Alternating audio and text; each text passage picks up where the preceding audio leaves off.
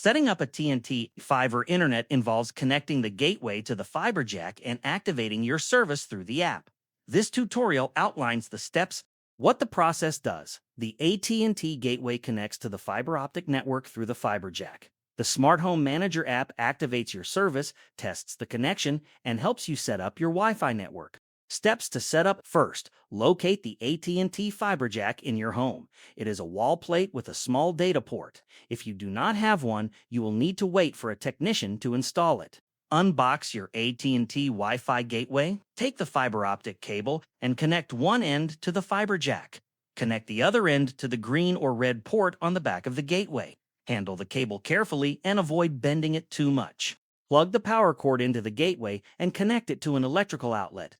Wait a few minutes while the gateway starts up. When the power and broadband lights turn solid green or white, the gateway is ready. Download the AT&T Smart Home Manager app from the App Store or Google Play Store. Open the app and sign in with your AT&T account details. Follow the instructions in the app. It will detect your gateway, activate your service, test your connection, and help you create a custom Wi-Fi network name and password. Limitation: a fiber jack must already be installed in your home. If not, a technician visit is required. This setup is best suited for users who want a high-speed fiber internet connection with self-installation options. If this tutorial helped you, please like and subscribe for more guides.